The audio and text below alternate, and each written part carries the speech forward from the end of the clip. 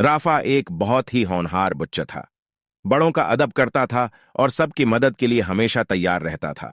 इसी जानवरों से भी बेहद मोहब्बत थी। वो रोज मंडेर पर बैठने वाली चिड़ियों और कौओं के लिए एक थाल में बाजरा और एक थाल में पानी डाला करता। एक दिन जब वो घर से निकला तो गले की किनारी उसको एक जख्मी किता नजर आया। किते की हालत इतनी खराब थी कि वो उठ बैठ भी नहीं पा रहा था। राफा को उसे देखकर बड़ा रहम आया। वो फौरन घर गया और मरहम पट्टी करने के लिए दवाएं एक थैले में डाली और साथ में उसकी पीने के लिए पानी और कहाना भी ले लिया। जब राफा उस किते के पास पहुंचा तो वो कुछ डर सा गया। राफा ने उसका खौफ दूर करने के लिए पहले तो उसको पानी पिलाया और कहाने को दिया। किता बहुत भूखा प्यासा था। लगता था कि उसने सुबह से कुछ भी नहीं खाया था। किते ने राफा को प्यार भरे निगाह से देखा तो राफा को बहुत खुशी हुए।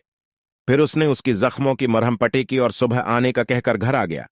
दूसरे दिन जब राफा उसकी खबर गैरी करने गया तो किता वहां मौजूद नहीं था। ये देखकर राफा खुश हुआ कि वो सेहतमंद होकर अपने घर चला गया। अभी वो खुशी खुशी वापस आ रहा था कि रास्ते में उसके पीछे कुछ गंडी लग गई।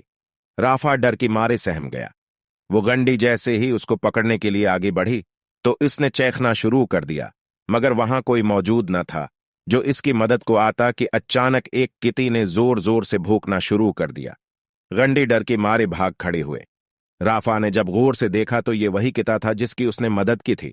राफा ने उसको गले लगाया और इस तरह वो दोनों अच्छे दोस्त बन गए। प्यारे बच्चों, आपने देखा किती ने कैसे एहसान का बदला एहसान से उतारा।